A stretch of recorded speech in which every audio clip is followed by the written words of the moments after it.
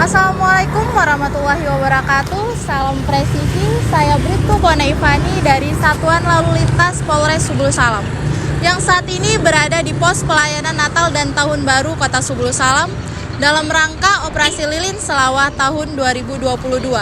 Mohon izin melaporkan situasi arus lalu lintas dari arah Medan, Sumatera Utara menuju Tapak Tuan, Aceh Selatan terpantau aman dan lancar. Begitupun dari arah sebaliknya, dari Tapak Tuan, Aceh Selatan menuju Medan, Sumatera Utara juga terpantau aman dan lancar.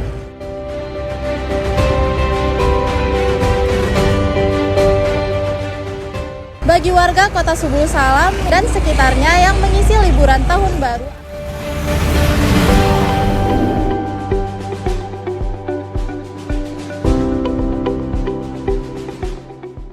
agar tetap memastikan kondisi kendaraannya layak jalan. Dan pastikan juga rumah yang ditinggalkan dalam kondisi aman dan baik. Kami juga menghimbau kepada para pengguna jalan agar berhati-hati saat berkendara. Patuhi rambu-rambu lalu lintas, jadilah pelopor keselamatan dalam berlalu lintas. Demikian yang dapat kami laporkan. Sekian dari saya. Wassalamualaikum warahmatullahi wabarakatuh. Salam presisi.